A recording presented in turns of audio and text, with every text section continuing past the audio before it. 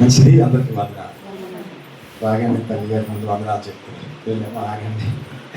మంచిది. Last time వచ్చినప్పుడు నేను చెప్పాను వందనాలు ఎందుకు చెప్పాలి. మీరు చెప్పిన వందనాలు నాకు కాదు. ఒకవేళ నేను యోగ్యుడినైతే ప్రభు అయిన యేసు నాలో ఉంటే అది ఆయన. భూమి మీద ఏమి చెందాలన్నా అది ప్రభు అయిన యేసు క్రీస్తుకి చెందాలి.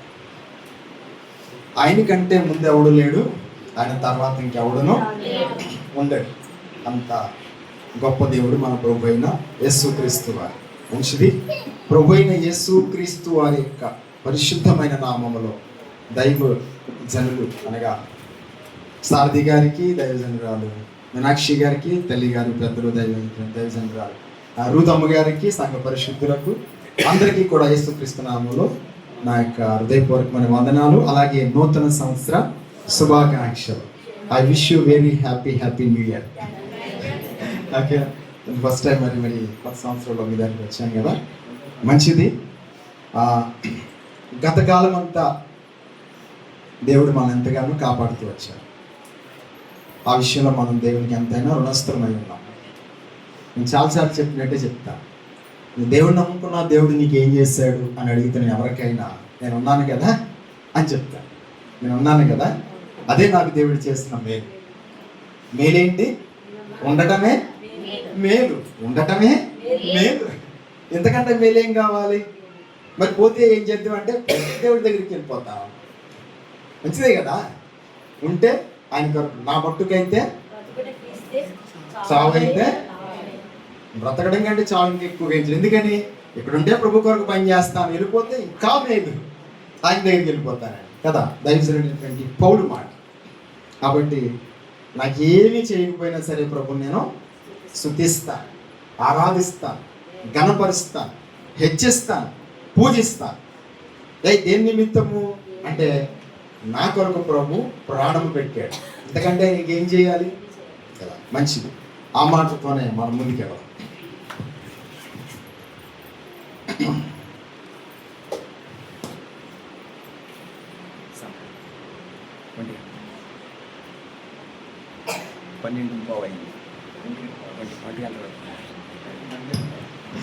మంచిది.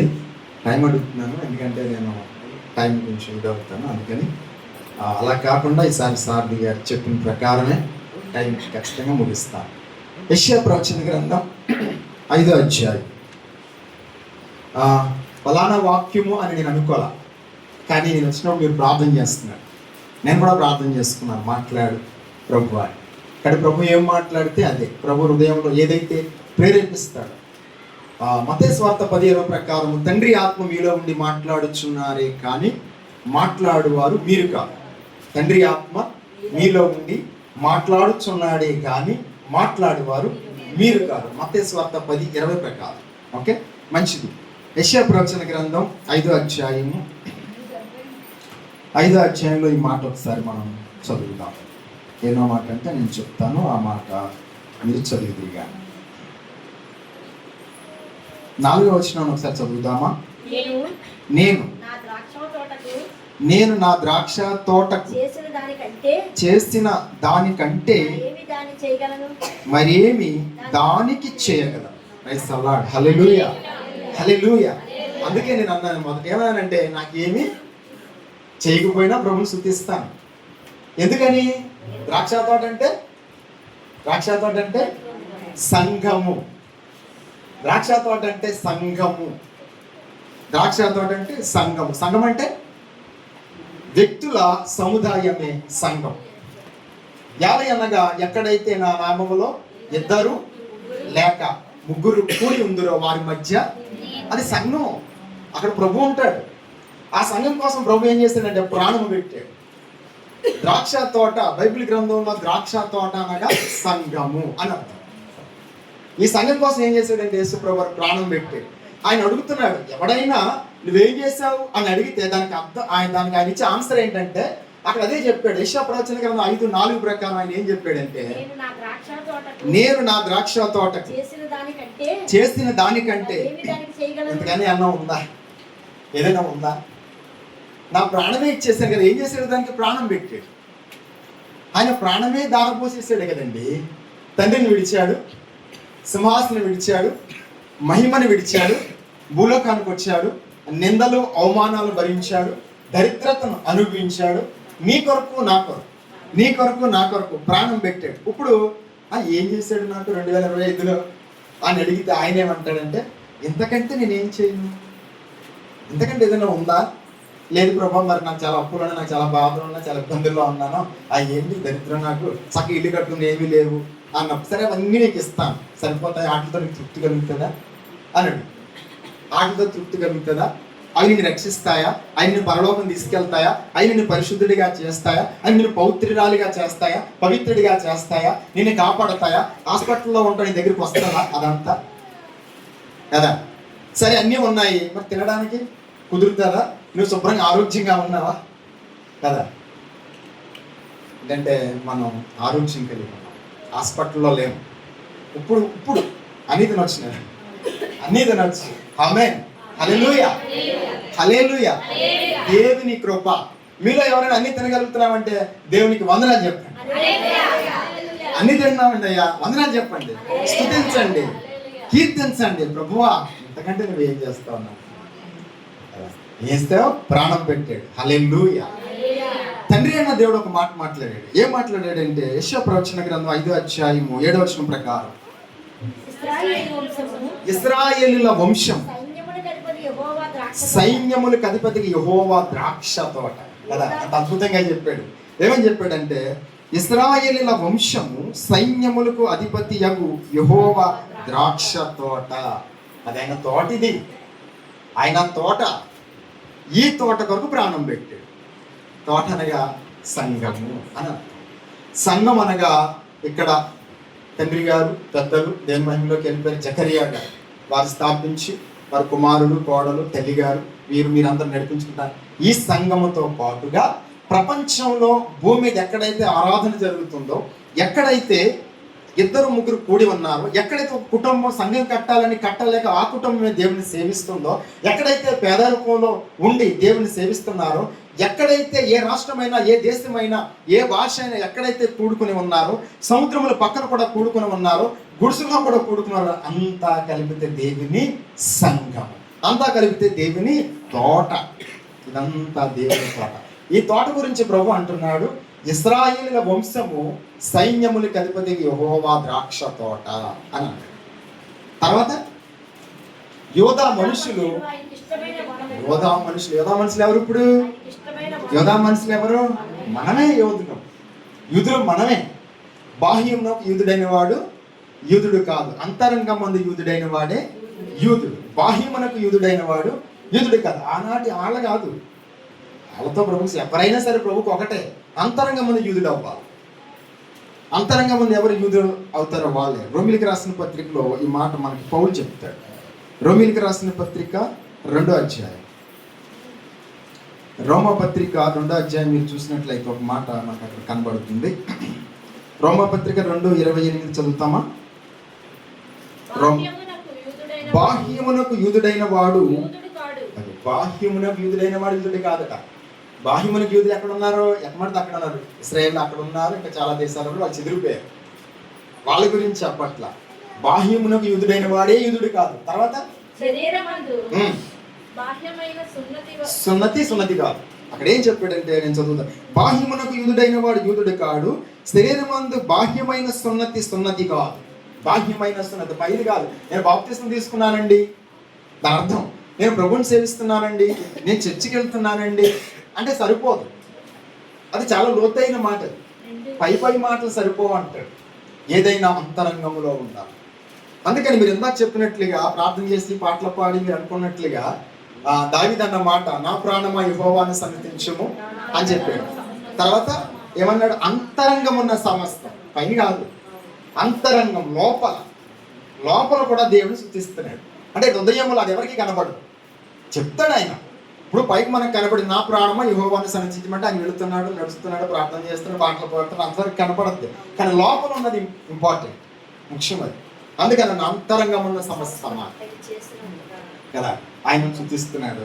కాబట్టి ఇక్కడ పౌలు చెప్పిన మాట ఏంటంటే, బాహ్యమునకు యూదుడైన వాడు యూదుడు కాడు. శరీరమందు బాహ్యమైన సున్నతి కాదు.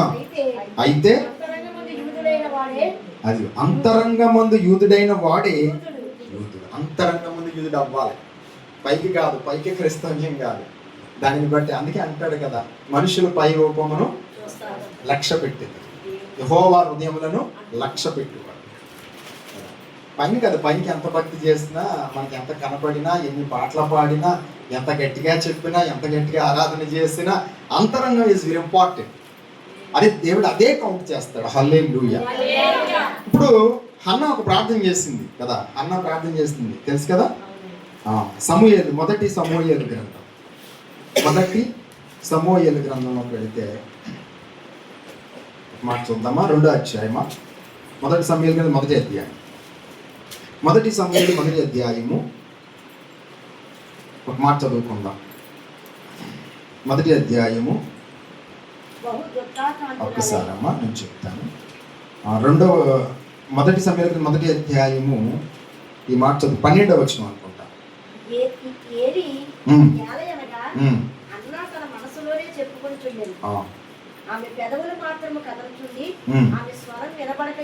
కదా అక్కడ యాలయనగా హన్న తన మనస్సులోనే చెప్పుకొని చుండెను, ఆమె పెదవులు మాత్రము కదులుచుండి ఆమె స్వరము వినబడక ఉండెను గనుక ఏలి ఆమె మత్తురాలై ఉన్నదనుకొనెను. కదా ఆమె ప్రార్థన చేస్తుంది. ఇవాళ మనం ప్రార్థన చేస్తే అందరికి వినపడదు. ఆమె ప్రార్థన చేస్తే అక్కడ ఏలి కూడా వినపడాల, అది అక్కడ ఎవ్వరికి వినపడదా. ఇవాళ మనం ప్రార్థన, నేను వాక్యం చెప్తే అందరికి వినపడదు, నేను ప్రార్థన చేస్తే అందరికి వినపడతాయి. కానీ అన్న ప్రార్థన చేస్తుంది దేవునికి ఎవ్వరికి వినపడాలి, అక్కడ ఉన్న అతనికి వినపడాల. అలా చేసిందట ప్రార్థన. కానీ ఎవరికి వినపడింది ఈ ప్రార్థన? ఎవరికి వినపడింది? దేవునికి వినపడింది. బాహ్యమునకు యూదుడైన వాడు, బాహ్యమునకు జరిగేవన్నీ కాదు, దేవునికి లెక్క రావు. అంతరంగం చాలా ఇంపార్టెంట్. అంతరంగం మంది యూదుడైన వాడే యూదుడు. అన్న లోపల ప్రార్థన చేసుకుంది, యెహోవా వినపడింది. ఆకాశ మహాకాశంలో ఉన్న పట్టజాలని దేవుడు ఎక్కడో సమీపింపరాని తేజస్సులో ఉన్న దేవునికి వినపడిపోయింది కదా. ఇక్కడ కూడా మన ప్రార్థనలు, మన పాటలు అన్నీ ఇక్కడ వినపడతాయి. కానీ అక్కడ వినపడాలి, ఆయన సముఖం ముందు వినపడాలి. అది మనం ఎప్పుడు ప్రయత్నించాలి. అందుకొరకు మనం తపన పడాలి. బహుశా అందుకొరకే దేవుడు మరొక సంవత్సరం మనకే ఇచ్చి ఉన్నాడేమో. హల్లెలూయా, హల్లెలూయా, హల్లెలూయా. 2026 సంవత్సరం అందుకే ఇచ్చాడేమో. ఈ సంవత్సరం అయినను మీ ప్రార్థన, మీ ఆరాధన నాకు రావాలి, అక్కడికి రావాలి. ఎందుకంటే ఆకాశ మండలం కూడా దురాత్మ సమూహంలో ఏం చేస్తూ ఉంటాయి? అడ్డుపడతా ఉంటాయి. వాటిని దాటుకుని వెళ్ళిపోవాలి, అక్కడికి వెళ్ళిపోవాలి. చాలా ఆరాధన, ప్రార్థన ఇక్కడే ఉండిపోతాయి. 2026 సంవత్సరంలో మనందరి ఆరాధన, మనందరి స్తుతి, మనందరి ప్రార్థన, మనందరి జ్ఞాపన దేవుని వద్దకు వెళ్ళిపోవాలి. అలాగ మనం ఈ సంవత్సరాన్ని జీవించడానికి ప్రయత్నించాలి. హల్లెలూయా, ఆమేన్. మంచిది. మరొక మాట మనం చదువుకున్నాం. 2026 సంవత్సరం దేవుడు తన దయా కిరీటంగా మనకి ఇచ్చాడు కదా. కొరింథీయులకు రాసిన రెండో పత్రిక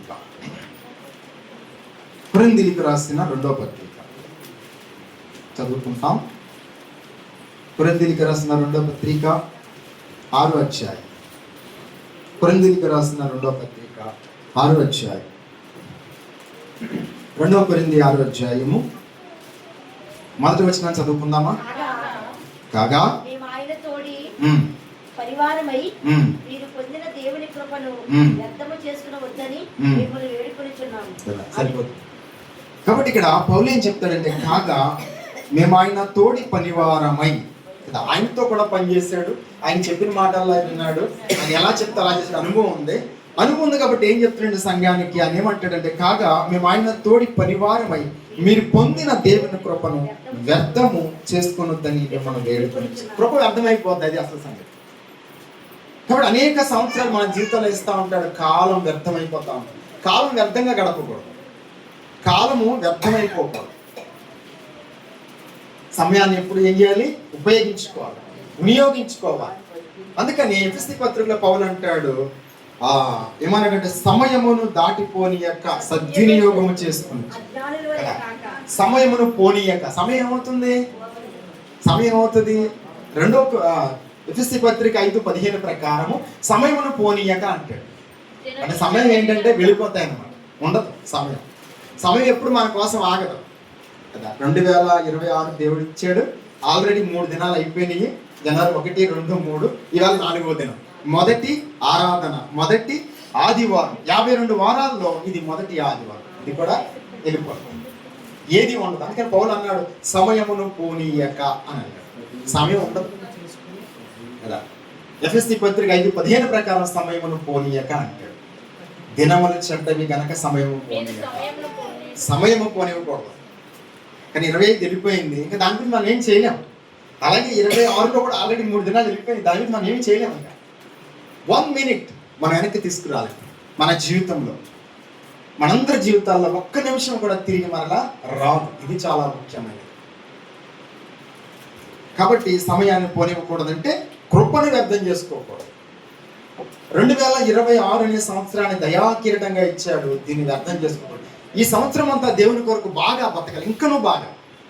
మునుపటి కంటే హెచ్చుగా ప్రార్థించాలి, మునుపటి కంటే హెచ్చుగా ఆరాధన చేయాలి, మునుపటి కంటే హెచ్చుగా దేవుని కొరకు పరిగెత్తాలి, మునుపటి కంటే హెచ్చుగా వాక్యాన్ని ధ్యానించాలి. ఈ సంవత్సరం బైబిల్ పూర్తి చదివారు మీరందరూ? ఈ సంవత్సరంలో బైబిల్ పూర్తిగా చదివిన వాళ్ళు ఎంతమంది ఇక్కడ? నేను చదివాను, చేయి చూపించాను. తల్లి గారు. అమ్మ మీ పేరు? సావిత్రి గారు. సావిత్రి గారు. ఇంకా అమ్మ ఎవరు? ఇంకెవరు చదివారు? ఈ సంవత్సరం చదవలేదు. అయ్యో, మరి ఎలాగమ్మా? చదవాలి కదా. 365 రోజులు. 365 రోజులు. నాయన ఎన్ని గంటలకి, ఎన్ని గంటలు ఏమంటే, ఎంత సమయం అసలు. ఇప్పుడు ఎఫెసీ పత్రిక 5:15 ప్రకారం సమయమును పోనీయక అన్నాడు కదా. ఎందుకు చెప్పాడు ఆయనకి? ఆయనకి అన్న మతి స్థిమితం లేదేంటి? ఎందుకు చెప్పాడంటే సమయం వెళ్ళిపోతుంది, రాదు. సమయమును పోనీయక, మీరు సమయమును పోనీయక. రాదు. 25 వస్తుందా మన జీవితంలో? ఇంకా నా జీవితంలో గత సంవత్సరం అనేక సంవత్సరాలు ఉన్నాయి. ఆ సంవత్సరం బాగుంది, మళ్ళీ వస్తుంది వెనక్కి. ఎవరి కాలం వస్తుందా? బాల్యం వెనక్కి వస్తుందా? గతించిన ఆరోగ్యం మళ్ళీ వెనక్కి వస్తుందా? ఈ రోజు కొడు బాగా కనపడుతున్నాయి. కలర్ పెట్టేది బాగా కనపడుతున్నాయా? Very good. అరే సార్థి గారికి అందరికి కనపడుతున్నాయి. చిన్న చిన్న అక్షరాలు కనపడవు. మరి 26లో కనపడతాయని గ్యారెంటీ అన్న ఉందా మీకు? 27లో కనపడతాయని గ్యారెంటీ అన్న ఉందా? 28లో కనపడతాయని గ్యారెంటీ. అలా అప్పుడు మీరు ఏమనాలంటే అది పక్కన పెట్టినా ఉంటామని గ్యారెంటీ. అసలు ఉంటామని గ్యారెంటీ ఉందా? ఉంటామని గ్యారెంటీ ఉందా? ఏమండి, నేను అనుకుంటాను అఫ్కోర్స్ కళ్ళజోడు రాకముందే నేను దేవుని బైబిల్ బాగా చదివేశాను. 2014వ సంవత్సరంలో 3 సార్లు బైబిల్ చదివేశాను. 2 నెలల బైబిల్ చదివేశాను, తర్వాత మళ్ళీ చదివేశాను, తర్వాత మళ్ళీ చదివేశాను. ఆ తర్వాత 2015, 2016లో, ఇప్పుడు సంవత్సరానికి ఒకసారి చదువుతున్నాను. ఏమన్నా ఎందుకు అలా స్లో అయిపోయారని అంటే మీరు అడిగితే కనుక దేవుడు పరిచయం ఇచ్చాడు, వాక్యం చెప్పాలి. ఎలా ఉంటుందంటే ఇలా బైబిల్ ఓపెన్ చేస్తాం, ప్రభు మాట్లాడుతూ ఉంటాడు. ముందుకు వెళ్ళలేం మేము, అక్కడే గంటల సమయం అయిపోద్ది. కొన్నిసార్లు నాకు టైం లేక మూసేస్తాను, బాధపడతాను. ప్రభు మాట్లాడుతూ ఉంటే నేను మూసేస్తాను. యాత్ర జీవితంలో ఏదో పని చేసుకుంటూ ఉండాలి, పరిచయం చేసుకుంటూ పని చేసుకుంటూ బ్రతకాలి, మూసేస్తాను. బైబిల్ ఎంత గొప్ప గ్రంథం అంటే మీరు తెలిసి అలా కూర్చుని ఆయన మాట్లాడుతూ ఉంటాడు. ఎంత బాగుంటుందో తెలుసా అండి? ఎంత బాగుంటుంది అంటే ఆయన మాట్లాడుతుంటే నేను అనుభవించాను. తేనె కంటేను జుంటె తేనె కదా, తేనె కంటేను జుంటె తేనె ధారలకైనను తీయనైనది, మధురమైనది వాక్యం ఇది. ప్రభు మాట. ఎంత గొప్ప మాటలు ఇవి. మీరు చదువు చూడండి. నేను ఒకసారి పూర్తి చేశాను ఈ సంవత్సరంలో. నాకు గురి ఏంటంటే ప్రతి సంవత్సరం ఒకసారి పూర్తి చేయాలి.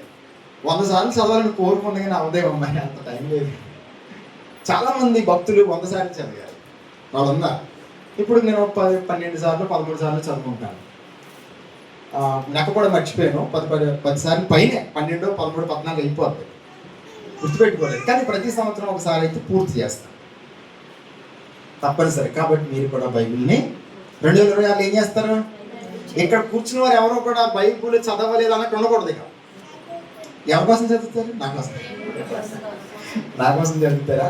శ్రీపాలి గారి కోసం, లేకపోతే సారథి గారి కోసం, యువతమ్మ గారి కోసం, ఎవరి కోసం చదువుతారు? నేను గిఫ్ట్ తీసుకోవాలి.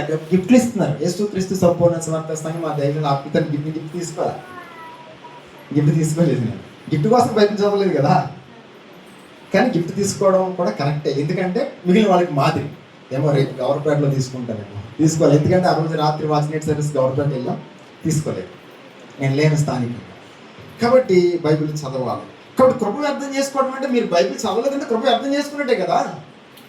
ఒక సంవత్సరం కాలం మళ్ళీ ఎంత వస్తుందా, అది సమయం పోనీయే కన్నాడు. మీ జీవితంలో ప్రతి ఒక్క ఒక సంవత్సరం వయసు పెరిగిపోయింది, వయసు కుదురుతుందా? మీ అందరి జీవితంలో ఒక సంవత్సరం వయసు పెరిగింది, మనందరి జీవితాల్లో. మళ్ళీ వెనక్కి వెళ్తామా? గతంలో నాకు 22 అంటే 23 వచ్చినాయి అంటే కదా, మళ్ళీ 22కి వెళ్తానండి, 30కి వెళ్తానండి అంటే కుదురుతుందా? కుదరదు. ఇక దేవుడు అలా ముందుకు వెళ్ళిపోతుంది జీవితం. కాబట్టి ఇక్కడ పౌలు ఏమంటాడంటే, దేవుని కృపను వ్యర్థము చేసుకోనొద్దని మిమ్మల్ని వేడుకొనుచున్నానన్నాడు. బతిమాలుతున్నాడట, వేడుకుంటున్నాడట, బ్రతుకులాడుతున్న కృప వ్యర్థం చేసుకోకు, దేవుడితో కూడా గడుపు, సమయాన్ని ఆయన సన్నిధిలో ఇచ్చేయి. సామెతల గ్రంథం, సామెతల గ్రంథం, సామెతలు 8వ అధ్యాయం, సామెతల గ్రంథం 8వ అధ్యాయం, సామెతల గ్రంథం 8వ అధ్యాయం 34వ వచనం. అనుదినము నా గడప వద్ద కనిపెట్టుకుని నా ద్వార బంధముల యొద్ద కాచుకుని. అనుదినం మీరు వారానికి ఒకసారి మందిరానికి వస్తే అనుదినం ఎక్కడంటారు మరి? వారానికి ఒకసారి 2 సార్లు ఆయా సమయాల్లో ప్రార్థనలు పెట్టినప్పుడు మీరు వస్తారు. మరి అనుదినము మీరు ఎలా వింటారు? అది ఎలా కుదురుతుంది? అనుదినం మీరు ఎలా వింటారు? గడప వద్ద ఎక్కడ కూర్చుంటారు? ఎలా కుదురుతుంది మీకు అది అసలు? ఇప్పుడు వారానికి ఒకసారి మీనాక్షి గారు, శారద గారు, ఉత్తమ్ గారు ఆరాధన పెట్టారు ఆదివారం, తర్వాత ప్రార్థన కూడా ఉండొచ్చు, మరి నాకు తెలియదు. వాటికి వస్తారు. మరి అనుదినము కుదురుతుందా? నిత్యము కుదురుతుందా? ఎడతెగ కుదురుతుందా? కుదరదు కదా. మరి ఎక్కడ కూర్చోవాలి? ఆయన పాద సన్నిధిలో కూర్చోవాలి. కూర్చుంటే మాట్లాడతాడు. దుష్టుల ఆలోచన చొప్పున నడవక,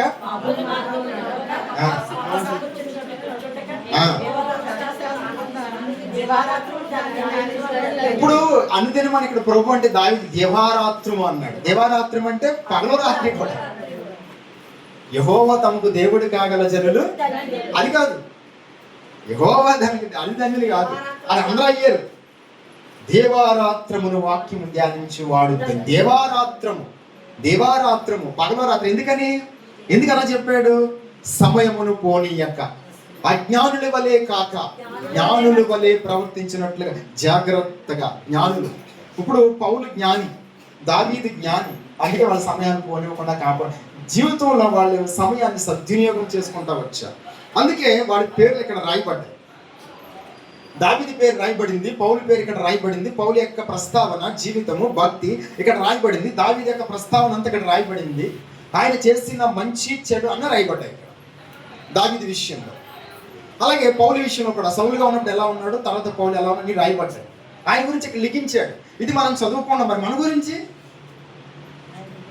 గురించి ఇక్కడ బాగా జీవిస్తే ఇక్కడ ఏం చేస్తే అది రాయబడుతుంది. అక్కడ గ్రంథములు తెరవబడతాయి. అక్కడ ఏం తెరవబడతాయి? గ్రంథములు. మరి మీ గురించి గ్రంథంలో లిఖించాలా వద్దా? లిఖించాలి కదా. ప్రకటన గ్రంథం, ప్రకటన గ్రంథములు తెరవబడతాయి కదా. ప్రకటన గ్రంథంలో ఈ మాట చదువుకుంటామా? ప్రకటన గ్రంథం 20వ అధ్యాయం అనుకుంటా. ప్రకటన గ్రంథం 20వ అధ్యాయము ఈ మాట చదువుకుంటున్నాం మనం. 12వ వచనం. మరియు గొప్పవారేమి కొద్దివారేమి మృతులైన వారందరూ కదా, అందరూ నిలబడాలి అక్కడ. గొప్పవారు ఇప్పుడు ప్రధానమంత్రులు ఉంటారు, ఇక్కడ ముఖ్యమంత్రులు, రాజకీయ నాయకులు, సంఘాల్లో పెద్దలు ఉన్నారు, మహామహా సేవకులు ఉన్నారు, గొప్ప గొప్పవారు అందరూ నిలబడాల్సిందే అక్కడ ఆయన ఎదుట. ఆ దినమున అందరూ నిలబడాలి.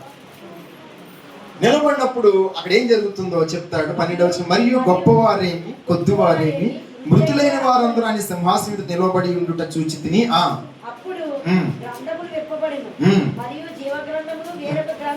అక్కడ 2 గ్రంథాలు ఉన్నాయి. జీవ గ్రంథం ఉంది, వేరే గ్రంథం ఉంది కదా. 2 రకాల గ్రంథాలు అక్కడ ఉన్నాయి. జీవ గ్రంథం ఉంది. ఎవరి పేరైనను జీవ గ్రంథంలో రాయబడినట్టు కనబడలేదు అంటాడు కదా. గ్రంథాలు విప్పబడతాయి, ఆ గ్రంథాల్లో మన పేరు రాదు. ఇప్పుడు దావీదుని గురించి ఇక్కడ ఎలా రాయబడిందో పౌలు, అలాగే మన గురించి కూడా రాయబడతాయి కదా. మన గురించి కూడా అక్కడ రాయబడతాయి. అప్పుడు మన గురించి మెప్పు ఉంటుంది కదా. పొగడతలు ఉంటాయి, విమర్శలు ఉంటాయి, అన్నీ ఉంటాయి. నువ్వు నా గ్రంథాన్ని నేను నీకు మాటలు ఇచ్చాను, నేను చాలాసార్లు చెప్తాను. బైబిల్ ఏంటంటే దేవుని మనస్సు. బైబిల్ ఏంటి చెప్పనండి? దేవుని మనస్సు కదా, దేవుని మనస్సు. ఇప్పుడు భార్యాభర్తలు ఉంటారు కదా, భార్యాభర్తలు ఇద్దరు ఒకరి మనస్సు ఒకరు ఎరిగి ఉండాలి. అర్థమైందా? ఈయనెవరు? భర్త. నేను సృష్టించిన వాడు నీకు భర్త అయ్యి ఉన్నాడు. నేను సృష్టించిన వాడు నీకు భర్త అయ్యి ఉన్నాడు. భర్త మనసు భార్య ఎరగకపోతే సంసారం ఎలా ఉంటుంది కదా. ఆయన ఎడ్డమంటే నీ తిడ్డమంటాడు. ఇద్దరు ఒకరి మనసు అక్కడ కలిసిపోతే ఇద్దరు ఒకే మనస్సు కదా. ఆయనకి ఇది ఇష్టం, అది ఇష్టం అని తెలుస్తుంది, ఆమెకి ఇది ఇష్టం, అది ఇష్టం అని తెలుస్తుంది. సో ఈ దేవుడికి భక్తురాలు అయినా భక్తుడు అయినా నీకు నాకు తెలియాలంటే ఈ గ్రంథాన్ని చదవాలి అంటే ఆయన మనసు తెలుసుకోవాలి. అందుకని ఇది పెట్టాడు. ఇది దేవుని మనస్సు. ఆయన మనస్సరికి భూమి మీద పనిచేయాలి, ఆయన మనస్సరికి ఆరాధన చేయాలి, ఆయన మనస్సరికి ప్రార్థన చేయాలి, ఆయన మనస్సరికి దేవుని స్తుతించాలి, ఆయన మనస్సరికి కార్యాలు చేయాలి.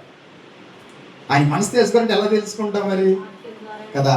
అనుదినము నా గడప వద్ద కనిపెట్టుకుని నా ఉపదేశం వినువాడు ధన్యుడు అని చెప్పాడు. అనుదినము అంటే నిత్యం ఆయనతో గడపాలి.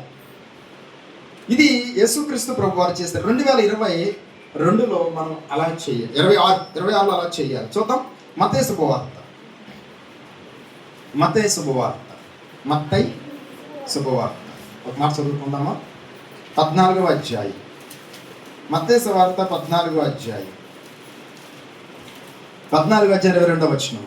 వెంటనే ఆ జన సమూహమును తాను పంపివేయనంతలో తన శిష్యులు ధోని ఎక్కి తనకంటే ముందుగా అద్దరికి వెళ్ళవలనని ఆయన వారి బలవంతం చేశారు.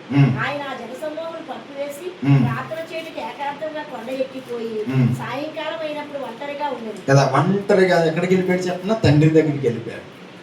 తండ్రిని స్తుతించాడు, ప్రార్థించాడు, ఆయన కాళ్ళ దగ్గర కూర్చున్నాడు, ఆయన చెప్పిన విన్నాడు. యేసు ప్రభువారు ఇలా ఉంటే మరి మనం ఎలా ఉండాలి? యేసు ప్రభువారు భూమి మీద ఒక్క క్షణం పోనివ్వాల, ఒక్క క్షణం పోవాలి, ఒక్క సింగిల్ 1 సెకండ్ యేసు ప్రభువారు పోనివ్వాల. మనం వెళ్ళాలంటే 25 వెళ్ళిపోయింది, 24 వెళ్ళిపోయింది, 23 వెళ్ళిపోయింది కదా, అన్నీ వెళ్ళిపోయింది వరుస.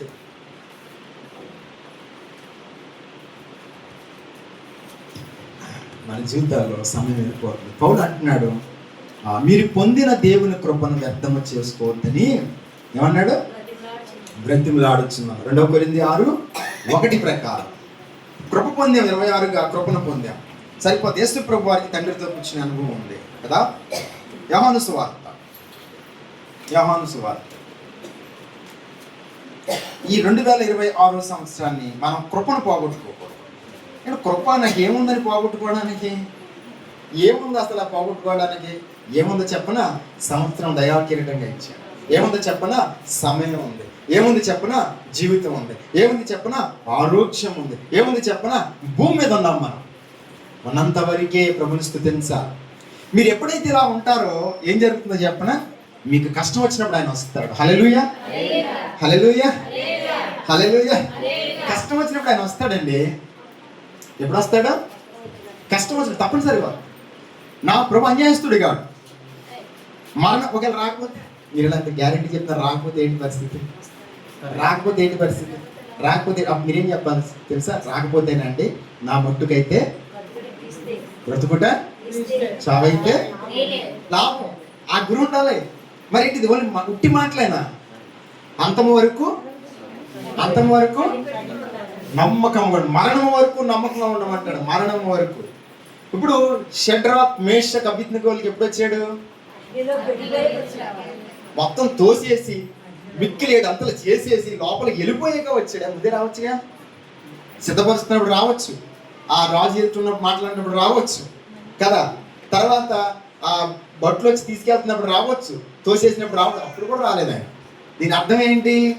నేను రాను, కానీ నీవు ఎలా ఉండాలి? నమ్మకంగా ఉండాలి. నమ్మకంగా ఉండాలి. హల్లెలూయా. నమ్మకంగా ఉండాలి. మనసు మీద ఉంటాం, నమ్మకంగా ఉండాలి. మనసు మీద ఉంటాం, రోగంలో ఉంటాం, వ్యాధిలో ఉంటాం, అప్పులో ఉంటాం, బాధలో ఉంటాం, ఇరుకులో ఉంటాం, ఇబ్బందులో ఉంటాం, నిందల్లో ఉంటాం, అవమానంలో ఉంటాం, వ్యాధుల్లో ఉంటాం. నమ్మకంగా ఉండు. మనం సేవించుచున్న దేవుడు ఎవరు? సర్వశక్తి కలిగిన వాడు. అబ్రహామా యెహోవాకు అసాధ్యమైనది ఏదైనా ఉందా? మరణ పడక నుంచి లేవనెత్తాడు. లాజర్ దగ్గరికి ఎప్పుడు వచ్చాడు? కుళ్ళిపోయికి వచ్చాడు. లాజర్ దగ్గరికి ఎప్పుడు వచ్చాడు? కుళ్ళిపోయికి వచ్చాడు. అంటే ఏం చెప్తున్నాడు? చెప్పనా? నువ్వు కుళ్ళిపోయినా సరే నేను బాగుంటాను. హల్లెలూయా. నీ శరీరంలో అవయవాలు కుళ్ళిపోవచ్చు గాక. హల్లెలూయా. ఏం చేస్తాను? నేను వచ్చి బాగు చేస్తాను, క్రొత్తగా చేస్తాను. క్రొత్త సంవత్సరం ఇచ్చినట్లుగా. హల్లెలూయా. పాత సంవత్సరం వెళ్ళిపోయింది, కొత్త సంవత్సరం నూతన సంవత్సరం ఇచ్చాడు. క్రొత్తది చేస్తాడు. ఏం చేస్తాడు? అన్ని ప్రతీది క్రొత్తది చేసేస్తాడు. శరీరంలో అవయవాలు కుళ్ళిపోతాయి, నూతన పరుస్తాడు. అంత శక్తి కలిగిన దేవుడు. లాజరు కుళ్ళిపోయాడు. ఏం చేశాడు? ఎందుకు తెలుసంటే మన సమాధానం లోపలికి వెళ్దాం, అది జస్ట్ చూపించాడు. మరి ఆయన గురించి తెలియాలి కదా. ఎలా తెలుస్తుంది? నేను ఎంతటి గొప్పవాడు, ఇప్పుడు నా గొప్పతనం చెప్తే నేను ఏం చేయాలి కదా. బాగా పాట పాడాను, నా పాట పాడేదండి. నా గొప్ప నాకంటే బాగా పాడతారు. ఏంటి గొప్ప విశేషం ఏముంది? కానీ ప్రభు చేసిన కార్యం ఎవరు చేయడానికి వీల్లేదు. హల్లెలూయా. భూమి మీద ఎవడో చేయలేడు కూడా. అందుకే కుళ్ళిపోయేకి వచ్చాడు. ఇంకెప్పుడు వచ్చాడు చెప్పండి. దాని తర్వాత ఇంకో మాట ఉంది. ఇంకెప్పుడు వచ్చాడు చెప్పనా? ఎముకలు ఎండిపోయేకి వచ్చాడు. ఎముకలు ఎండిపోయినాయి. ఎముకలు ఎండిపోయినాయి.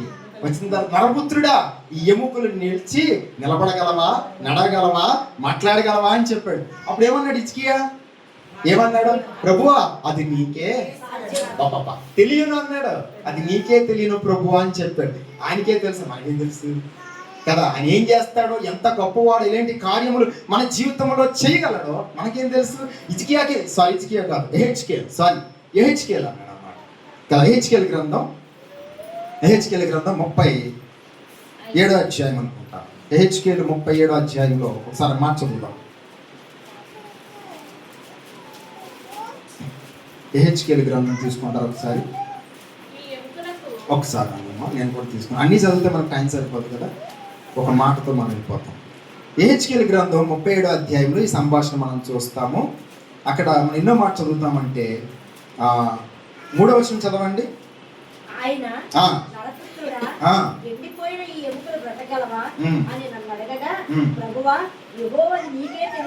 ఎంత సరిపోదు, ఇవన్నీ మీకు తెలిసినవే, నేను జ్ఞాపకం చేస్తున్నాను. అక్కడ 3వ వచనాన్ని ఒకసారి చదివితే, ఆయన నరపుత్రుడా ఏమన్నాడంటే, ఆయన నరపుత్రుడా ఎండిపోయిన ఈ ఎముకలు బ్రతుకగలవా? ఎముకలను బ్రతికించాడు, కుళ్ళిపోయిన లాజరును బ్రతికించాడు. నా జీవితంలో ఉన్న సమస్యలు తీసేయడానికి గగనమా?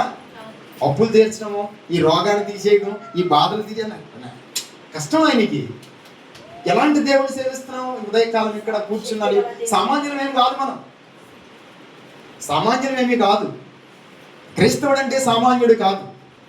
క్రైస్తవుడు అంటే ఎంత శక్తిమంతుడో తెలుసా? ప్రార్థన చేస్తే సూర్యుడు ఆగిపోతాడు, వర్షం ఆగిపోద్ది, చనిపోయిన వారు ప్రభువే కదా. మనం కూడా బ్రతికిస్తాం. హల్లెలూయా కదా. పేతురు బ్రతికించలేదా? పౌలు బ్రతికించలేదా కదా? ఎలీషా ఎలా బ్రతికించాడు? ఎలా బ్రతికించాడు? ఆయన చనిపోయి ఆయన శైలములు శవానికి తగిలితే కూడా లేచి నిలబడింది. అంతటి మహిమ. ఆయనే కాదు, మన చేత కూడా చేయించాడు. ఆయన ఎప్పుడు వచ్చాడంటే కుళ్ళిపోయాక వచ్చాడు, ఎండిపోయాక కూడా వచ్చాడు. ఆయన ఎప్పుడు వచ్చినా ఎందుకు ఇప్పుడు అలా అవ్వం, మీరేమీ కంగారు పడకండి. మరి ఆ స్థితికి వెళ్ళిపోతే ఎలాగంటే అక్కడ దాకా వెళ్ళినమాట. అస్సలు మన స్థాయి వేరు, వాళ్ళ స్థాయి వేరు, ఆ భక్తి వేరు. అది కేవలము ఇలా ఉంటుందని చెప్పడానికి, రుజువుపరచుకోవడానికి, భర్త మనసు భార్య తెలుసుకోవడానికి ఇవన్నీ అవసరం, అంతే కదా. భార్య భర్తలు మొదటి రాత్రి గదిలో పంపినప్పుడు ఇష్టాలు చెప్పుకుంటారు కదా, చెప్పుకుని మాట్లాడుకుంటారు. నాకు అది ఇష్టం అండి, అది ఇష్టం. నేను చెప్తా ఉంటుంది ఆవిడ ఏమి ఇష్టం అని చెప్తా ఉంటుంది. అప్పుడు అవన్నీ గుర్తుపెట్టుకోవాలి. ఆయన మర్చిపోయాడు అనుకుంటే ఆ సంసారం ఏమవుతుంది, ఇబ్బంది అవుతుంది కదా. గుర్తుపెట్టి అలాగే ఈయన మన భర్త, నిన్ను సృష్టించిన వాడు నీకు భర్త అయ్యి ఉన్నాడు. ఈయన మనసును నువ్వు తెలుసుకోవాలి. ఈయనకి ఏమిష్టం అని నడవాలి. ఈయనకి ఎరిపిష్టం అనుకోండి, ఈయనకి తెలిపిష్టం, మనం ఎరుపు కొట్టుకుని తిరిగి ఎలా కుదురుతుంది? ఆపోజిట్. భర్తకేమో ఒక రంగు ఇష్టం, భార్య ఇంకో రంగు కట్టుకుంటే ఎలా ఉంటుంది? మనసు మారిపోద్ది, అవునా కదా. భూమి మీద భార్య భర్తకి ఇష్టమైనట్టు ఉండకపోతే ఆ భర్త మనసు ఏమవుతుంది? మారిపోద్ది. అలాగే సృష్టికర్తని యేసుక్రీస్తు ప్రభువారి మనసు తెలుసుకుని ఆయన మనసు ప్రకారం నీవు నేను నడవకపోతే ఆయన మనసు కూడా మారిపోద్ది. మనసు ఎరిగి పనిచేయాలి. కాబట్టి అక్కడ హిజ్కియా అన్నాడు, ఒక మాట అన్నాడు కదా 3వ వచనంలో, ఆయన నరపుత్రుడా ఎండిపోయిన ఈ ఎముకలు బ్రతకగలవా అని నన్ను అడగగా, ప్రభువా అది నీకే తెలియనని నేనంటిని అని చెప్పాడు. కాబట్టి ఈ ఎముకలను కూడా లేవనెత్తగలడు. మంచిది, ముందుకు వెళ్ళిపోదాం, సమయము చాలా తక్కువ. షార్ట్లో నేను అనుకున్న మెసేజ్ దగ్గరికి వెళ్ళాలంటే కొంచెం 2 మాటలు. కొరింథీయులకు రాసిన 2వ పత్రిక 6వ అధ్యాయం 1వ వచనం ఒకసారి చదువుదాం. 2 కొరింథీ 6:1 ఏముంది అక్కడ? ఆయన తోటి పనివారమై తర్వాత యోహాను సువార్త 1వ అధ్యాయము, మనం అక్కడి నుంచి వచ్చాం కదా, యోహాను సువార్త 1వ అధ్యాయం ఈ మాట చదువుకుందాం. నేను ఎక్కువ ఆ రెఫరెన్స్లు చెప్తాను, మీరు అన్నీ తీయలేకపోతే తీయకండి, కానీ వినండి సరిపోతుంది, కాకపోతే రాసుకోండి. ఓకే, రెఫరెన్స్లు ఎందుకు చెప్తానంటే నేను బైబిల్లో నుండి మాత్రమే చెప్పగలుగుతాను, లోకం నుండి ఏవి అంశాలను తీసుకోలేను. ఆ జ్ఞానం నాకు లేదు. నాకున్న జ్ఞానం ఏంటంటే దేవుడిచ్చింది బైబిల్లో నుండి జతపక్షులను పోగు చేయటం. అది నాకు దేవుడిచ్చిన ప్రత్యక్షత, అది నా జ్ఞానం. మా సంఘ ప్రత్యక్షత కూడా అదే, మా సేవకులు అదే, మేము అదే. ఓకే, భక్త సింగ్ గారు కూడా అదే. ఓకే, యోహాను సువార్త 1వ అధ్యాయము 16వ వచనం. యోహాను సువార్త 1వ అధ్యాయం 16వ వచనం. ఆయన కదా, ఆయన పరిపూర్ణత. ఎవరైనా? యేసు ప్రభు పరిపూర్ణుడి గనక మనకు 1 సంవత్సరం వచ్చింది. హల్లెలూయా, హల్లెలూయా. అంటే భూమి మీద ప్రభు తండ్రి ఏమంటాడంటే, లోకాసువార్త 6వ అధ్యాయం 13వ వచనం ప్రకారం 3 సంవత్సరాల నుంచి చూస్తున్నాను, లేదా 30 సంవత్సరాల నుంచి, లేదా 40 సంవత్సరాల నుంచి రక్షణ పొందాడు, అలాగే ఉన్నాడు, తీసేస్తానంటాడు. అప్పుడు ఈయన ఏం చేస్తాడు? వద్దు ప్రభువా అని బ్రతిమలాడతాడు. ఏమంటాడు ఈయన? వద్దంటాడు. ఆయన పరిపూర్ణత. యేసుక్రీస్తు ప్రభు పరిపూర్ణుడి గనక ఈ పరిపూర్ణుడి చెప్పినప్పుడు ఆయన వింటాడు. యేసు ప్రభు చెప్తే ఉంటాడు. మనలో అందరి కొరకు ఏమడుగుతాడు తెలుసా? ఈ సంవత్సరం కూడా ఉంచండి, ఉంచండి అని. మనం అడిగితే ఉంచడు, ఈయన అడుగుతాడు మన పక్షముగా వెళ్ళి, ప్రభువా అంటే ఫలించట్లేదు, చాలా నుంచి చూస్తున్నాను, నా ద్రాక్ష తోటలో ఈ చెట్లన్నీ వ్యర్థంగా ఉన్నాయి, ఫలించట్లేదు, తీసేస్తానే అంటాడు. ఏదంటాడు? కాదు కాదు కాదు, 26 కూడా నేనైతే ప్రభు నన్ను 26లో ఉంచమన్నాడు. హల్లెలూయా, ఉంచమన్నాడు. తీసేయాలి 25లో, వద్దొద్దు ఉంచాలి. అలాంటి దేవుడి దగ్గరికి వచ్చాం. ఈ సంవత్సరం నేను, మీరు, మనందరం సరి చేసుకోవాలి. సమయాన్ని పోనివ్వకూడదు. దేవునికి ఇవ్వాల్సింది దేవునికి ఇచ్చేయాలి. ఏం చేయాలి? దేవునికి ఇవ్వాల్సింది ఈ సంవత్సరం దేవుడి కొరకు వాడదాం. 16వ వచనం ప్రకారం ఆయన పరిపూర్ణతలో నుండి మనమందరము కృప వెంబడి కృప పొందితిమి. పౌలు ఏమన్నాడంటే, మీరు పొందిన దేవుని కృప వ్యర్థము చేసుకోవద్దు అన్నాడు. 2026 వ్యర్థం చేసుకోవద్దు. మనం మొదటి వారంలో ఉన్నాం, ఇంకా 51 వారాలు మిగిలి ఉంటాయి. ఈ 51 వారాలు మనం బాగా బలపడదాం, దేవునితో గడుపుదాం, హృదయాలు సరి చేసుకుందాం, దేవుని కొరకు నమ్మకస్తులుగా జీవించడానికి ప్రయత్నించేద్దాం. ఆయన పరిపూర్ణతలో నుండి కృప వెంబడి కృప పొందితిమి కదా. మరొక మాట మనం చూసుకుందాం. సరే, ఈ మాట చూద్దాం. మత్తయి శుభవార్త నాకు టైం అయింది, సిగ్నల్ ఉన్నాయి. మత్తయి శుభవార్త 22వ అధ్యాయం. మత్తయి శుభవార్త 22వ అధ్యాయం. మత్తయి శుభవార్త 22వ అధ్యాయం చదవండి, 21వ వచనం. మత్తయి శుభవార్త 22. అందుకు ఆయన, అలాగైతే కైసరివి కైసరువుకును, దేవునివి దేవునికి చెల్లించుడని వారితో చెప్పాను. హల్లెలూయా, హల్లెలూయా. దేవునికి ఇవ్వాల్సింది దేవునికి ఇవ్వండి, దేవునికి ఇవ్వాల్సింది దేవునికి ఇచ్చేయండి. కైసర్ అంటే లోకస్తుడు, లోకము, శరీరము, లోక జ్ఞానము. కైసరికి పన్ను చెల్లించాలి. కైసరికి పన్ను చెల్లించాలా వద్దని అడిగితే అప్పుడు ఆ సందర్భంలో చెప్పాడు, అలాగైతే కైసరివికి దేవునికి చెల్లించండి. ఈ లోకానికి ఇచ్చేది నీ జీవితానికి ఇచ్చేది, శరీర సంబంధం జీవితానికి శరీరానికి ఇవ్వండి వద్దనట్లా. కానీ దేవుడికి ఇచ్చే సమయాన్ని కూడా మనం వాడుకుంటే, దేవుడికి ఇవ్వాల్సిన రోజులు కూడా 365 రోజులు, ఎన్ని రోజులు దేవుడి మందిరంలో ఉన్నాం మనం లెక్కేసుకోవాలి. అదే కౌంటబుల్, అది అక్కడ రాస్తాడు. నేను నీకు 80 సంవత్సరాల ఆయుష్ ఇచ్చాను.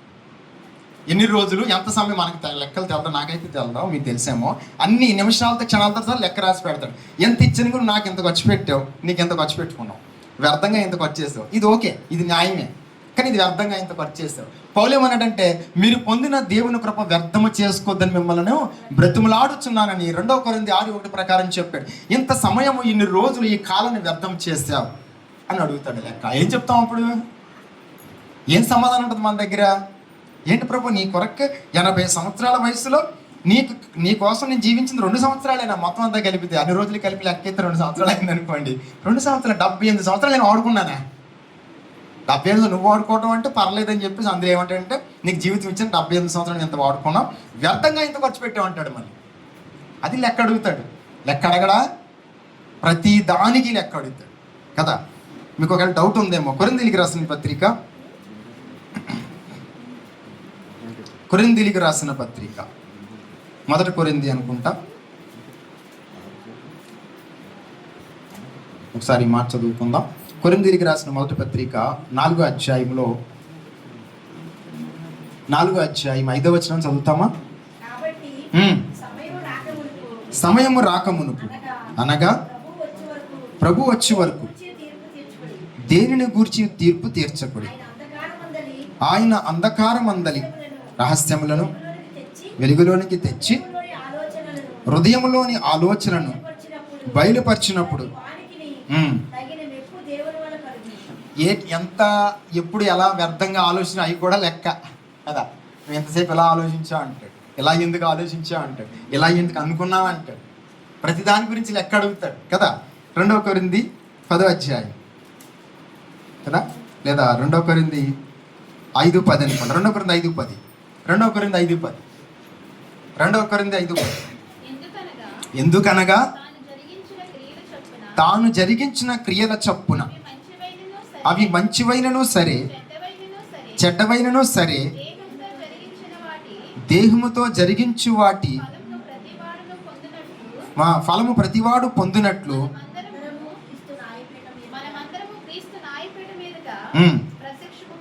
కదా. క్రీస్తు మనందరం అక్కడ ఉండాలి. అప్పుడు లెక్క చెప్పాలి, అప్పుడు లెక్క అడుగుతాడు. ఎన్ని రోజులు జీవించాం, ఎంత ఖర్చు చేసాం ఆయన కోసం. అందుకని మత్తయి సువార్త 10:22-21 ప్రకారం ఏమన్నాడంటే దేవునివి దేవునికి చెల్లించుడి, కైసరవికి చెల్లించుడి. కాబట్టి మన జీవితంలో ఎంత మనకు అవసరం అంతే ఖర్చు చేసుకోవాలి, తర్వాత దేవుని కొరకు ఖర్చు చేయాలి. మరి లోకస్తులు అంటే వాళ్ళందరూ లెక్క అడుగుతాడు. వాళ్ళకి తెలియదు కదా, తెలిసిన వాళ్ళనే లెక్క అడుగుతాడు. తెలియని వాళ్ళని ఆయన అడగడం, తెలుసుకున్నాక అడుగుతాడు. ఆ తర్వాత అక్కడ లెక్క అసలు తెలుసుకోలేదు, ఇంక లెక్క ఏముంది పట్టుకెళ్ళి డైరెక్ట్ కదా. నువ్వు అసలు ఎందుకు నన్ను నమ్ముకోలేదంటే నాకు వినపడలేదంటే ఊరుకుంటాడా? ఆకాశం సాక్ష్యం ఇస్తుంది, భూమి సాక్ష్యం ఇస్తుంది, భూమి అంతా సాక్షులు ఉంటాయి, ప్రకృతి అంతా సాక్ష్యం ఇస్తుంది. తీసుకెళ్తాను, నువ్వు నన్ను నమ్ముకోలేదు, నా మాట వినలేదు, నేను చెప్పాను నీ కొరకు భూమికి వచ్చి ప్రాణం పెట్టని తీసుకెళ్ళి అందులో పడేస్తాడు. ఇంకా ఎవరికి లెక్కలంటే మనకి లెక్కలు. నువ్వు రక్షణ పొంది బాగానే ఉంది, నీకోసం ఎంత ఖర్చు చేసుకున్నావు, నా కోసం ఎంత ఖర్చు చేస్తావు? సమయము చాలా విలువైనది. సమయమును పోనీయక సద్వినియోగము చేసుకుంటూ అజ్ఞానుల వలె కాక జ్ఞానుల వలె ప్రవర్తించినట్లు చూసుకున్నాడు. కృపను పోగొట్టుకోకూడదు. ఎస్తేరు గ్రంథం, కృపణ టైము ముగింపులోకి వస్తాను నేను. చూద్దాం ఎస్తేరు గ్రంథంలో ఒక సంభాషణ మనం చూసి ముందుకెళ్దాం. ఎస్తేరు గ్రంథం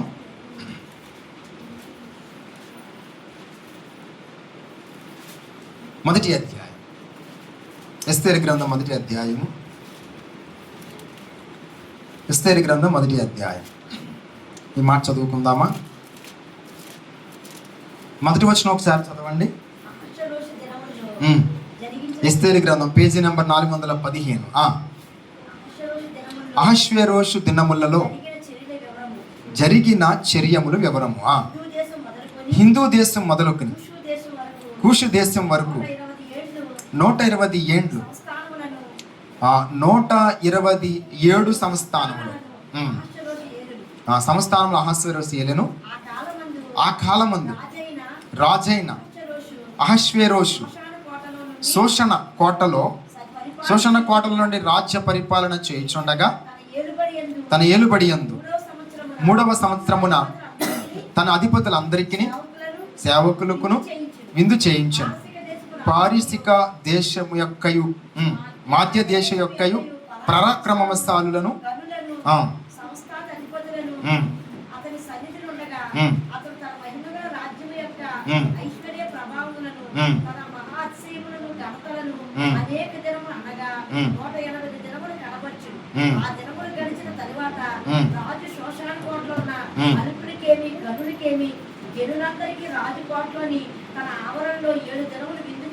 సరిపోతుంది. అక్కడ ఒక ఈ భూమి మీద జరిగిన సంఘటన ఇది.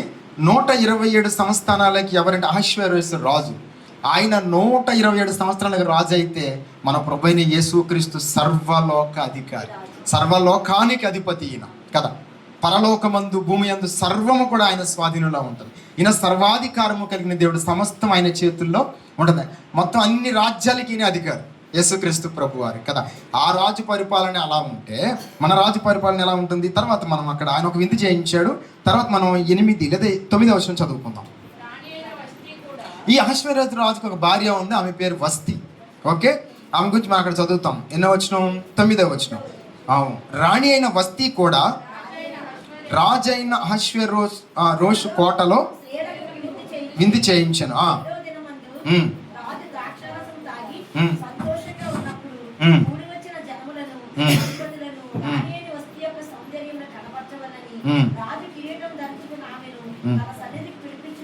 ఈ సంఘటన ఇది భూమి మీద జరిగింది, ఇది పరలోక దర్శనం. ఇది ఇప్పుడు మనల్ని కూడా అక్కడ చూపిస్తాడు. అనేక మంది పిలిచి వస్తుని ఎలాగైతే రమ్మన్నాడో ఈ రక్షకుడైన యేసు, ఇది కేవలం సాదృశ్యం. ఇది జస్ట్ అలా జరిగించాడు. నిజ స్వరూపం క్రీస్తులో ఉంది. అక్కడ జరిగే సంఘటన అక్కడ మనల్ని పిలిచి చూపిస్తాడు. మనలో ప్రతి ఒక్కరిని పిలుస్తాడు, మన అందాన్ని చూపిస్తాడు కదా. మనకు అందం ఎలా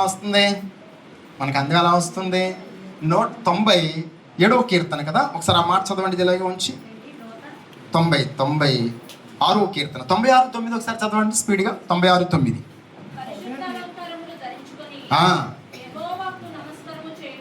సరిపోదు కదా. పరిశుద్ధ అలంకారములు ధరించుకుని యెహోవాకు నమస్కారం చేయడు. 96వ కీర్తన 9వ వచనం ప్రకారం పరిశుద్ధ అలంకారం ధరించుకోవాలి కదా. ఎవరు ఎంత అందంగా కనబడితే రాజుకి అంత ఘనత. ఇప్పుడు అహశ్వేరోషు రాజు వస్తిని ఎలాగైతే చూపిస్తున్నాడో వాళ్ళందరికీ మనల్ని కూడా ఆయన చూపిస్తాడు. అలంకరణ ఇక్కడ జరుగుతున్నప్పుడు అలంకరణ నువ్వు తీసుకోవాలి. ప్రతిదినము ఆదివారము ఆయన సన్నిధిలో అలంకరణ జరుగుతూ ఉంటుంది. ఆయన వాక్యముతో నేను అలంకరిస్తూ ఉంటాడు, కడుగుతూ ఉంటాడు, పవిత్రాలుగా చేస్తాడు, అందంగా తీర్చిదిద్దుతూ ఉంటాడు. వాక్యాన్ని బాగా వినాలి, వాక్యమైన నీళ్లతో కడుక్కోవాలి, అందంగా తయారవ్వాలి.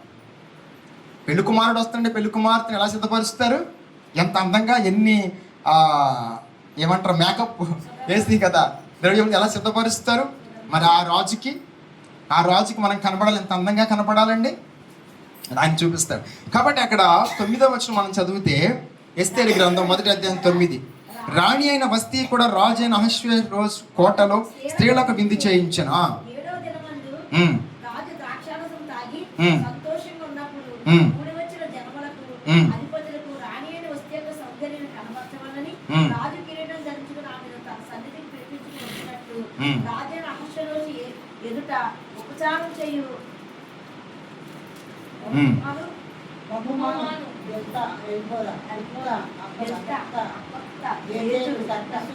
సరే కదా. ఇక్కడ 11వ వచనంలో రాజైన అహశ్వేరోషు ఎదుట ఉపచారము చేయు మెహుహుమమును బెజత్త, హర్బోన, బిక్తాగా, అబక్త, జతరు, కర్కు అను 7 నపుంసకులకు ఆజ్ఞాపించాను. 12వ వచనంలో ఆమె సౌందర్యవతి. ఎవరు సౌందర్యవతి?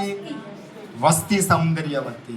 హల్లెలూయా, ప్రైజ్ ది లార్డ్, హల్లెలూయా. వస్తి ఎవరు? అహశ్వేరోషు రాజు యొక్క రాణి, చాలా సౌందర్యవతి. ఆమె అందాన్ని చూపించాలని ఆమెను రమ్మన్నాడు. ఆమె ఏం చెప్పిందంటే తర్వాత వచనం 12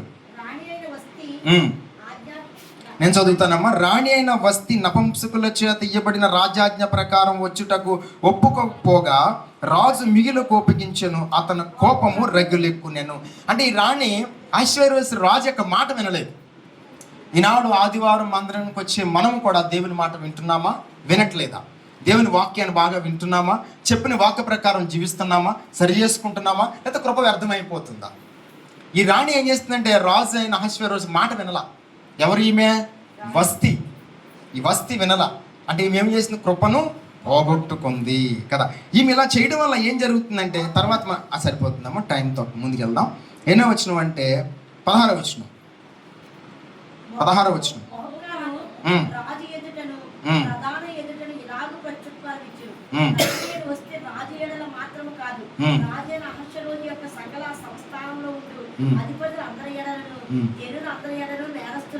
కదా. ఒకరు మాట అనకపోతే ఏమవుతుంది? అందరూ తప్పిపోతారు.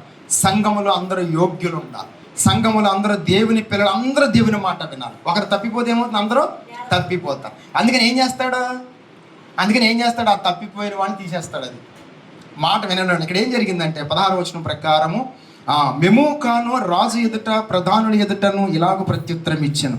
రాణి అయిన వస్తి రాజు ఎడల మాత్రము కాదు, రాజు అయిన అహష్వేరోషు యొక్క సకల సంస్థానములలో నుండి అధిపతులందరి ఎడల, జనులందరి ఎడల నేరస్తురాలాయను అంటాడు. తర్వాత ఏలయనగా రాజు అయిన అహష్వేరోషు తన రాణి అయిన వస్తిని తన సన్నిధికి పిలుచుకొని రావాలని ఆజ్ఞాపింపగా ఆమె రాలేదనే సంగతి బయలుపడగానే స్త్రీలందరూ అందుకనే సంఘములో, అందుకే దేవుని ప్రజలందరూ కూడా దేవుని మాట, అందుకే ఆజ్ఞలు ఎవరు తప్పిపోయినా ఊరుకోడు దేవుడు. ఆజ్ఞ అతిక్రమమే పాపం. అందుకే అందరూ దేవుని మాట వినాలి, అందరూ దేవునికి లోపడాలి, అందరూ దేవునికి లోపడాలి. ప్రతి ఒక్కరు బోధించే నేను కానీ వినే మీరు కానీ అందరికీ ఒకటే వాక్యం. నాకు కూడా వాక్యం ఇదే, ఎదుటి వారికి బోధించే నీవు నీకు నీవే బోధించుకొనవా అన్నాడు పౌలు. ఎదుటివానికి బోధించే నీవు నీకు నీవే బోధించుకొనవా అన్నాడు. అంటే వాక్యం మీకు అనుకోకండి, నాకు కూడా, అందరికీ కూడా వాక్యం. మాట్లాడేది ఎవరు? ప్రభు కదా. కాబట్టి తర్వాత మాట మనం చదువుకుందాం.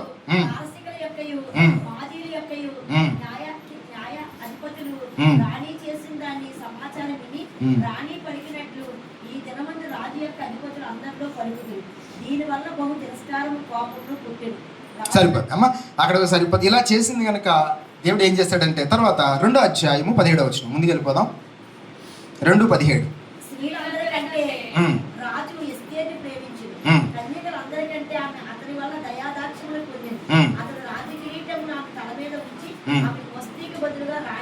ఆమెను వస్తీకి బదులుగా రాణిగా నియమి. ఇప్పుడు నేను ఏమంటానంటే, ఇప్పుడు పౌలు ఏమన్నాడంటే, మేము ఆమెతోటి పనివారమై మీరు పొందిన దేవుని కృపను వ్యర్థం చేసుకోదని బ్రతిమలాడుచున్నా అన్నాడు. వస్తీ మాట అంటే ఎస్తేర్ ఎక్కడి నుంచి వస్తుంది? వస్తీ మాట అంటే ఎస్తేర్ ఎక్కడి నుండి వస్తుంది? రాదు. అంటే వస్తీ ఏం చేస్తుంది? కృపను పోగొట్టుకుంది. అర్థమవుతుందా? వస్తీ ఏం చేస్తుంది? కృపను పోగొట్టుకుంది.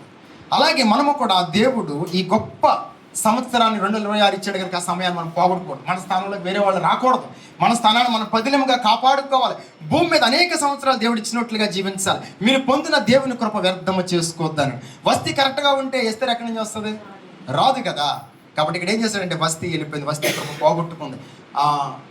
సౌలు కరెక్ట్గా ఉంటే దావీదు ఎక్కడి నుండి వస్తాడు? సౌలు కరెక్ట్గా ఉంటే దావీదు ఎక్కడి నుండి వస్తాడు? సౌలు కృపను పోగొట్టుకున్నాడు కదా.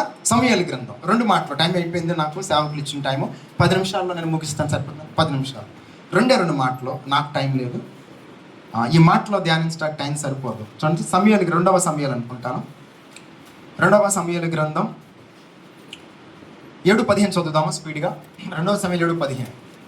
2వ సమూయేలు 2వ సమూయేలు అండి 7. నిన్ను స్థాపించుటకై నేను కొట్టివేసిన సౌలునకు నా కృప నీకు దూరమైనట్టు కదా. ఎవరిని స్థాపించడానికి? దావీదుని స్థాపించడానికి సౌలు యొక్క కృపను కొట్టేశాడు. అంటే కృప ఏమవుతుంది? కొట్టుబడుతుంది. వస్తీ కృప ఏమైంది?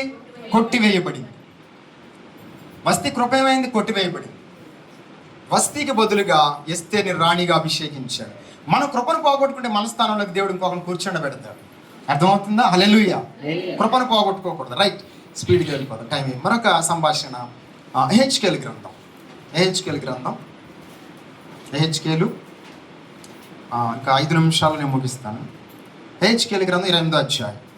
ఎహెచ్కేలు గ్రంథం 28వ అధ్యాయము ఈ మాట చదువుకుందాం. 2వ వచనం. నరపుత్రుడా తూరు అధిపతితో ఇలాగ ప్రకటింపు,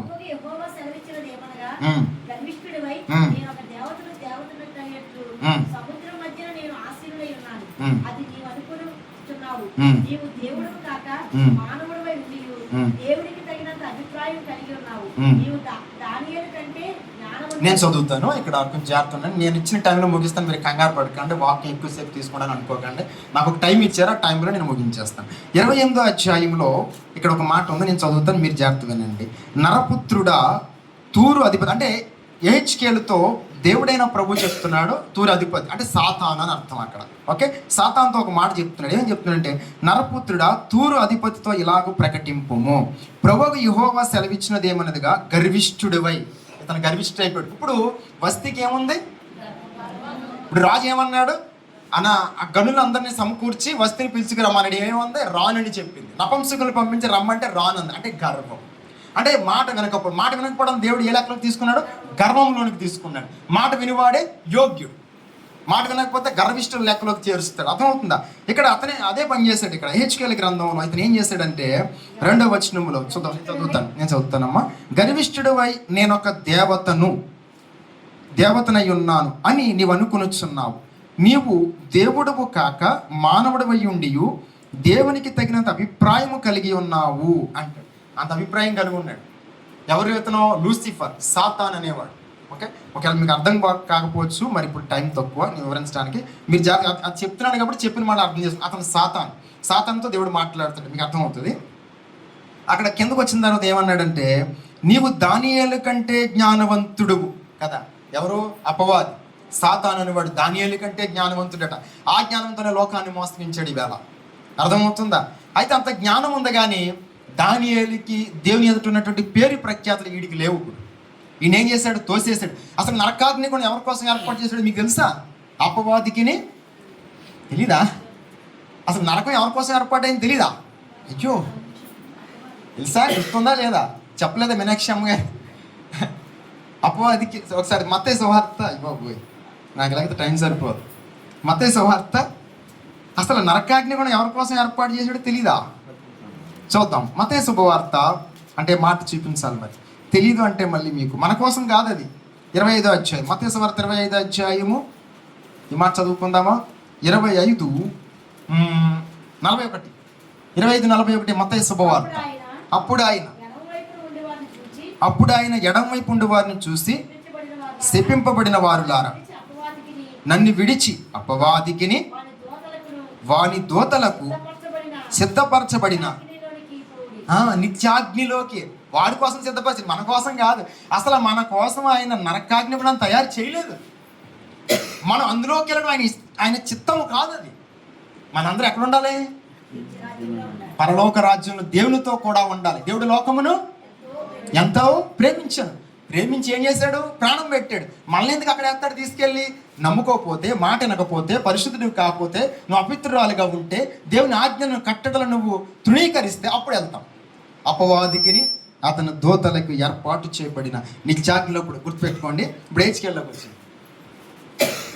వచ్చింది. నేను త్వరగా ముగిందాడు, మీరు త్వరగా అర్థం చేసుకుంటే త్వరగా ముగిస్తాను. ఒక్క మాట. హెచ్కేల్ గ్రంథం 28వ అధ్యాయం చదువుతున్నాం కదా, అక్కడ ఇంకో మాట చూసుకుని మనం ముగించుకుందాం.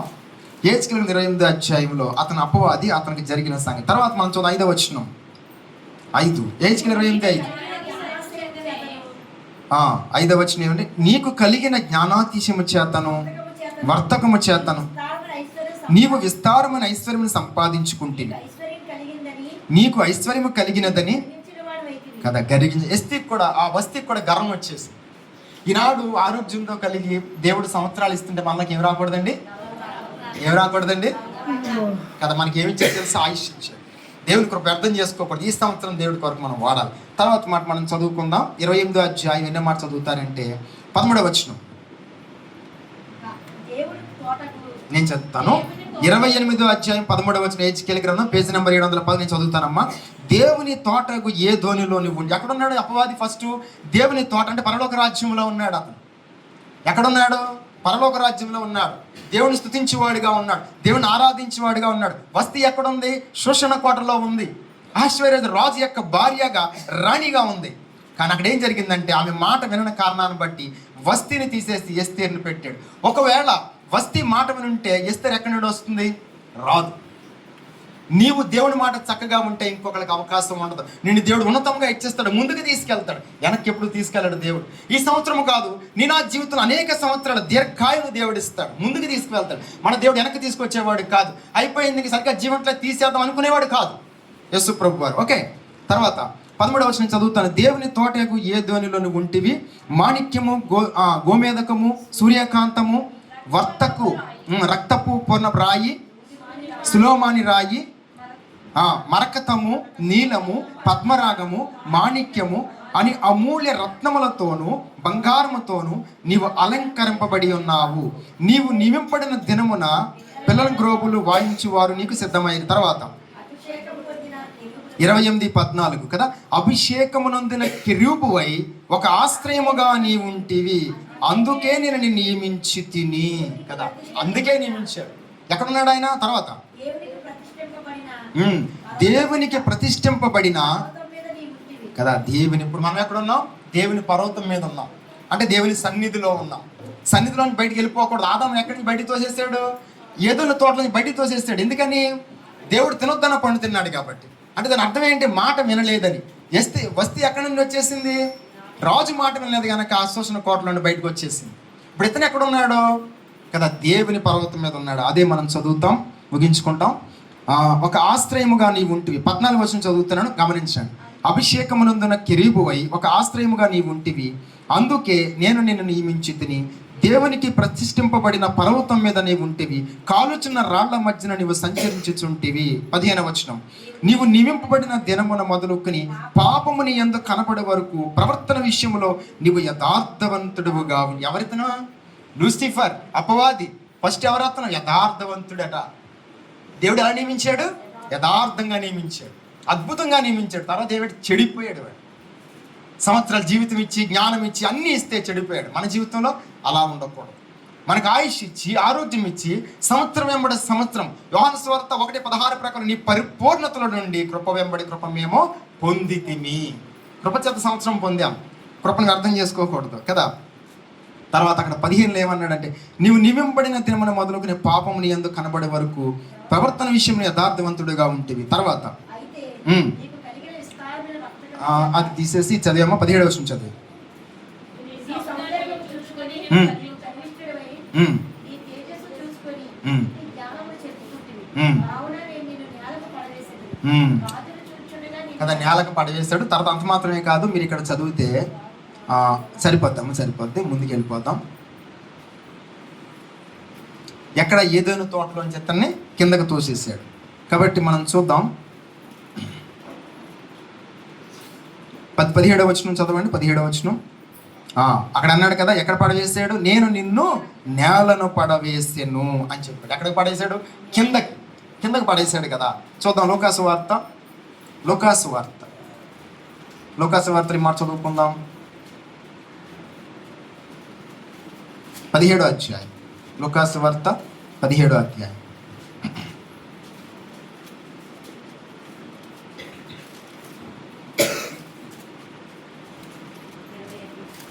ఒకసారి అమ్మా చెప్తాను. లోకాసు వార్త కాదు, లోకాసు వార్త 10వ అధ్యాయం. లోకాసు వార్త 10:18 చదువుతారా? లోకాసు వార్త 10:18. లోకాసు వార్త 10:18. టైం అయిపోయింది. ఆయన సాతాను మెరుపువలె అండి. లోకాసు వార్త 10:10. ఆయన అని చదవాలి. ఆగాలి అక్కడ. ఎలా చదవాలంటే ఆయన సాతాను మెరుపు వలె. ఆకాశం నుండి పడుట చూచి అది ఎక్కడ పడ్డాడు? నేల మీద పడ్డాడు. చూచితి నన్ను ప్రభు చెప్తాడు. ఈ మాట ఎవరు చెప్పి? యేసు ప్రభు. ఎక్కడి నుంచి పడ్డాడు? హెచ్కేల్ గ్రంథం 28వ అధ్యాయంలో ఏదో తోటలను తోసేసాడు, భూమి మీదకి తోసేసాడు. అంటే దేవుని కృపను ఏం చేశాడు? అతను వ్యర్థం చేసుకున్నాడు. పుట్టినప్పుడు ఎలా ఉన్నాడు? అతను నియమింపబడిన ఎలా ఉన్నాడు? యథార్థవంతుడిగా ఉన్నాడు. అర్థమైందా? ఇప్పుడు ఒక మాట ఫైనల్ ఏంటంటే, వస్తీ కరెక్ట్గా ఉంటే ఎస్తేరు వచ్చే పని లేదు, సౌలు కరెక్ట్గా ఉంటే దావీదు వచ్చే పని లేదు, లూసిఫర్ ఏమాడు కరెక్ట్గా ఉంటే యేసుప్రభు వచ్చే పని ఏముంది అంటే, ఈ లూసిఫర్ ఏం చేశాడు? కృపని పోగొట్టుకున్నాడు. నేనేమనుకుంటానంటే, లూసిఫర్ కరెక్ట్గా దేవుని మాట వింటే మనుషులు ఎవరు కూడా పాపాలు చేయరు, లోకము దేవుడు ఎలా నిర్మించాడు అలాగే ఉండును. అప్పుడు యేసుప్రభు వచ్చే పని లేదు. యేసుప్రభు ఎందుకు వచ్చారంటే, వీడు చెడిపోయాడు గనక. వీడేం చేశాడు? కృపను పోగొట్టుకున్నాడు. కాబట్టి వీళ్ళందరూ కృపను పోగొట్టుకున్నాడు. లూసిఫర్ కృపను పోగొట్టుకున్నాడు, భూమి మీద సౌలు కృపను పోగొట్టుకున్నాడు, వస్తీ కృపను పోగొట్టుకుంది, ఇస్కరైతే యోధా కృపను పోగొట్టుకున్నాడు. అవునా?